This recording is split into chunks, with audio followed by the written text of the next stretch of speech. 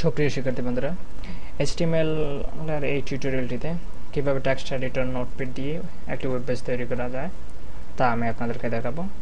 সাধারণত computer operating সিস্টেমের সাথে বিল্ট ইন অবস্থায় কিছু টেক্সট এডিটর থাকে। নোটপ্যাড তেমন একটি টেক্সট এডিটর যেটি উইন্ডোজ অপারেটিং সিস্টেমের সাথে বিল্ট ইন অবস্থায় থাকে। সেই সাথে আমার আরেকটা সফটওয়্যার লাগবে, সেটা হচ্ছে ব্রাউজার, ওয়েব ব্রাউজার। আমি যে ওয়েব পেজটি তৈরি করব সেটা ওয়েব ব্রাউজারই মাধ্যমে দেখতে হবে। তো ওয়েব ব্রাউজারগুলো বিভিন্ন অপারেটিং সিস্টেমের সাথে বিভিন্ন ওয়েব ব্রাউজার বিল্ট ইন অবস্থায় থাকে। উইন্ডোজের সাথে যেমন ইন্টারনেট এক্সপ্লোরার বিল্ট ইন অবস্থায় থাকে। তাছাড়া ইন্টারনেট থেকে আরও জনপ্রিয় কিছু ওয়েব ব্রাউজার আপনি ডাউনলোড করতে পারেন, যেমন মজিলা ফায়ারফক্স, গুগল ক্রোম। আমি মজিলা ফায়ারফক্সটাকেই এখানে ইউজ করব। তার আগে একটা ওয়েব পেজ তৈরির আগে আমরা দেখি যে কিছু স্ট্যান্ডার্ড মেনটেন করতে হবে। কয়েকটা ওয়েব পেজ এবং স্টাইল শিট ইমেজ মিলে হচ্ছে একটি ওয়েবসাইট। আমরা প্রথমে একটি ওয়েবসাইট তৈরির জন্য আমার কম্পিউটার হার্ড ড্রাইভে একটি ফোল্ডার ক্রিয়েট করতে হবে, যেটা ভিতরে আমার সব ওয়েব পেজগুলো থাকবে, ইমেজ থাকবে। প্রথমে আমি একটি ফোল্ডার ক্রিয়েট করলাম, সেলফ স্টাডি নামক। আমার প্রজেক্টের নাম দিলাম সেলফ স্টাডি। তার ভিতরে আমি একটা ফোল্ডার ক্রিয়েট করব ইমেজেস নামক। আমার ওয়েবসাইটটিতে ব্যবহৃত যত ধরনের ইমেজ আছে আমি এই ফোল্ডারটিতে রাখবো, এবং যে পেজগুলো থাকবে সেগুলো আমি এখানে সেভ করে রাখবো। আমি সেটাকে মিনিমাইজ করে রাখলাম। এখন আমি নোটপ্যাডটি ওপেন করব, start, all programs, accessories, notepad. তার আগে ট্যাগ সম্পর্কে জেনে নেই। HTML এর ওয়েব পেজটার কিছু বেসিক সিনট্যাক্স আছে, স্ট্রাকচার আছে, সেগুলো ট্যাগ দিয়ে লিখতে হয়। HTML এর সাহায্যে একটি ওয়েব পেজ তৈরি করতে হলে কিছু নিয়ম মানতে হবে, সেটা আমি এখানে আলোচনা করব। HTML এর প্রতিটি পেজ হচ্ছে কতগুলো ট্যাগের সমন্বয়। ট্যাগ হচ্ছে মার্কআপ ল্যাঙ্গুয়েজে ব্যবহৃত এক ধরনের সংকেত। এই সংকেতগুলো নির্দিষ্ট কিছু নির্দেশ বহন করে। ট্যাগগুলো কি নির্দেশ বহন করবে তা ব্রাউজারের সাথে যুক্ত। ইন্টারপ্রেটার অনুবাদ করে এবং ট্যাগের নির্দেশকে কার্যকরী করে। প্রতিটি ওয়েব পেজে কিছু যে ডিফল্ট ট্যাগ থাকবে, যেগুলোকে আমরা বলতে পারি ধরেন ওয়েব পেজের বেসিক সিনট্যাক্স অথবা বেসিক স্ট্রাকচার বলতে পারি। সেটা এখন লিখবো, যেমন অ্যাঙ্গেল ব্র্যাকেট HTML এর স্টার্টিং ট্যাগ, HTML এর ক্লোজিং ট্যাগ। এই দুটো ট্যাগ HTML এর এই ট্যাগটা নির্দেশ করে যে এটি একটি ওয়েব পেজ আর HTML পেজ, এটা আইডেন্টিফাই করলো। তারপরে আছে হেড নামক ট্যাগ, হেডার স্টার্টিং ট্যাগ, আবার হেডার ক্লোজিং ট্যাগ। হেডারের সাহায্যে ওয়েব পেজটির তথ্যাবলী সংরক্ষিত থাকে এবং পেজের কিছু নির্দেশনা থাকে যা ব্রাউজারে শো করবে না, বাট এটার ভিতরে আমার পেজের যাবতীয় ইনফরমেশন আমি এই হেড সেকশনের ভিতরেই স্টোর করব।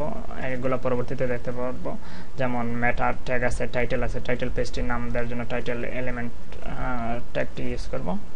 তাছাড়া মেটা আছে, মেটাটা হচ্ছে সার্চ ইঞ্জিনে আমার ওয়েবসাইটটাকে সার্চ করার জন্য সার্চ ইঞ্জিনের বিভিন্ন ইনফরমেশন, আমার পেজের ইনফরমেশন সেখানে স্টোর করব। আচ্ছা, এখন আমরা এখানে টাইটেলটা লিখে রাখি। টাইটেল, কোনো কন্টেন্ট দিলাম না, টাইটেলের ক্লোজিং ট্যাগটা দিলাম, গেল হেড। তারপরে বডি, বডির স্টার্টিং ট্যাগটা আমি লিখলাম। বডি ট্যাগটি হচ্ছে পেজটির প্রধান অংশ। এই বডি ট্যাগের ভিতরে পেজটির কন্টেন্টগুলো থাকবে যা ব্রাউজারে দেখা যাবে। যত রকমের কন্টেন্ট আমরা ব্রাউজারে দেখাবো সেগুলো অবশ্যই আমাকে বডির ট্যাগের ভিতরেই লিখতে হবে। বডির স্টার্টিং ট্যাগ এবং ক্লোজিং ট্যাগের ভিতরে লিখতে হবে। লাগলাম। এখন আমার পেজটাকে সেভ করে দেখি, ফাইল সেভ। আমার প্রজেক্টটির নাম ছিল সেলফ স্টাডি ইমেজেস। এখানে আমি ইন্ডেক্স নামে সেভ করব, index.html। ইন্ডেক্স লেখার পিছনে একটা কারণ আছে। কারণটা হলো যে আমার ওয়েবসাইটে যখন আমি ওয়েব সার্ভারে হোস্ট করব, তখন একজন ইউজার লাইক ধরেন আমি যদি গুগল ওয়েবসাইটে সার্চ করতে চাই, www.google.com দিয়ে আমি যখন আমার ওয়েব ব্রাউজার থেকে এটাকে সার্চ করব, তখন অটোমেটিক্যালি সে ওয়েব ব্রাউজারটা ইন্টারনেটের সাহায্যে ওয়েব সার্ভারে, যেখানে গুগলের ওয়েবসাইটে গুগলের সার্ভারে হোস্ট করা আছে, সেই সার্ভারে ইন্ডেক্স নামক পেজটাকে খুঁজবে।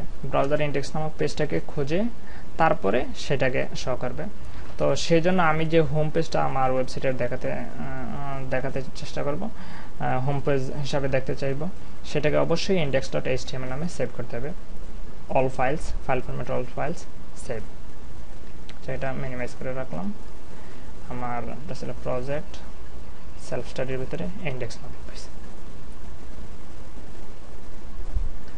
ফায়ারফক্সের মাধ্যমে আমি এটাকে ওপেন করছি। এখানে কোনো কন্টেন্ট দেয়া নাই, আমি কোনো কন্টেন্ট দেই নাই বিদায় বডির ভিতরে কোনো কন্টেন্ট লিখি নাই, এর জন্যই এখানে কোনো কিছু শো করে নাই, এবং টাইটেলও লিখি নাই বিদায় এখানে পেজটির কোনো নাম নাই, টাইটেল নাই। আমি যদি এখানে টাইটেল দেই, welcome to my website, save. আমি রিফ্রেশ বাটনে ক্লিক করে দেখি ওয়েলকাম টু মাই ওয়েবসাইট। পেজটির টাইটেল দেখতে পাচ্ছি যে এই পেজটির নাম ওয়েলকাম টু মাই ওয়েবসাইট।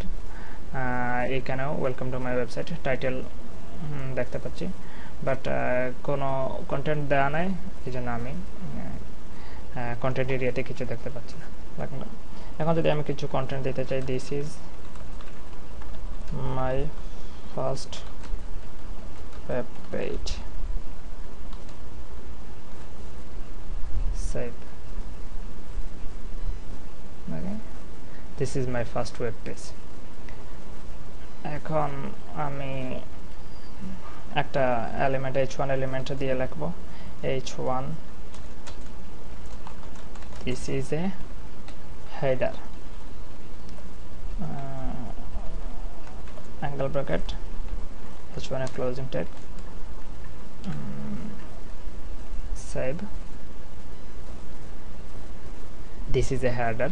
অর্থাৎ আমি যদি আমার ওয়েব পেজে কোনো হেডার টাইপের কোনো কিছু লিখতে চাই, তাহলে h1 ট্যাগ ইউজ করে আমাকে h1 এলিমেন্টের সাহায্যে লিখতে হবে। এছাড়া আরেকটা ট্যাগ হচ্ছে প্যারাগ্রাফ ফরম্যাটে কোনো কিছু লিখতে হলে p এলিমেন্ট ইউজ করতে হবে। দিস ইজ এ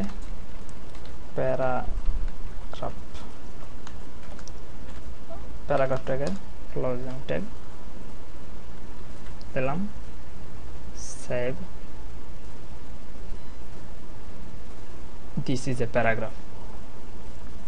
তো আরেকটা বিষয় এখানে বলবো আপনাদেরকে যে HTML ট্যাগগুলো আসলে কেস সেন্সিটিভ নয়। এখানে ক্যাপিটাল লেটার বা স্মল লেটার যেভাবেই লেখা হোক না কেন,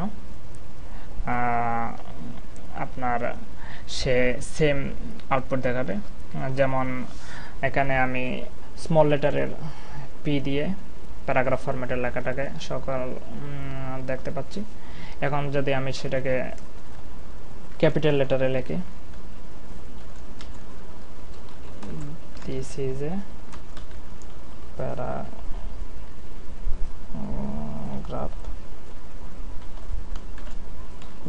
\p, ক্যাপিটাল লেটার P, যদিও এই ক্যাপিটাল লেটারটা বোঝা যাচ্ছে না, P সেম। আমি যদি h1 দিয়ে লিখি, h1, this is another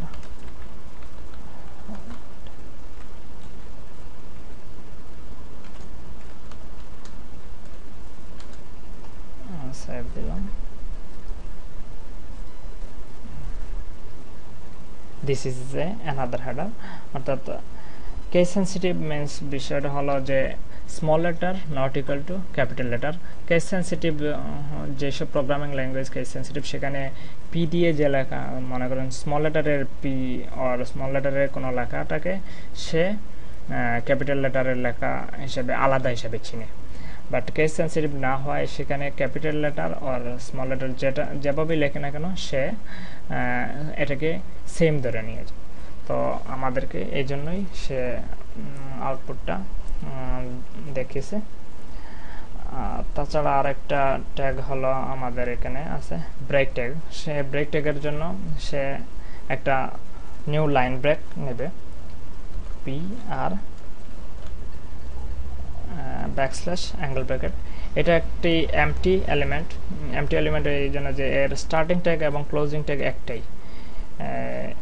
এখন সেটা দেখি, সেভ, একটা লাইন ব্রেক এখানে হয়েছে। আরেকটা বিষয় এখানে আমরা দেখব যে কোনো লেখাকে যদি আমরা কমেন্টস আকারে লিখতে চাই, আর ধরেন আমাদের কোডিং এর মধ্যে কোনো কমেন্টস লিখতে চাই যে ডেভেলপারদের সাথে আমি আজকে এটা কি জন্য লিখলাম, এই পেজের এখানে এই কোডিংগুলো কি জন্য লিখলাম, পরবর্তীতে আমার বোঝার সাথে আমরা কমেন্টস ইউজ করে থাকি, ডেভেলপার ইউজ করতে হবে। সেটা অবশ্য আপনার ব্রাউজারে প্রদর্শন করবে না। আমি চাচ্ছি যে এই লেখাটাকে কমেন্ট করে দেব যাতে এটা ব্রাউজারে না প্রদর্শন করে। অ্যাঙ্গেল ব্র্যাকেট অ্যাস্টারিক সাইন দুটো ড্যাশ, তারপরে যে কমেন্টটুকু লিখলাম দুটো ড্যাশ, অ্যাঙ্গেল ব্র্যাকেট ক্লোজ। এই এটা হচ্ছে কমেন্টস লেখার নিয়ম। আমি এটাকে সেভ দিলাম, সেভ। দেখা যাবে যে এই লেখাটা আমার কমেন্ট হয়ে গেছে, অর্থাৎ এখন এটা ব্রাউজারে প্রদর্শন করবে। আমার লেখাটা এই h1 ট্যাগের যে লেখাটা ছিল দিস ইজ এ হেডার, এটা এখন আর আমার ব্রাউজার উইন্ডোতে প্রদর্শন করছে না। আবার দেখি, this is a comment style,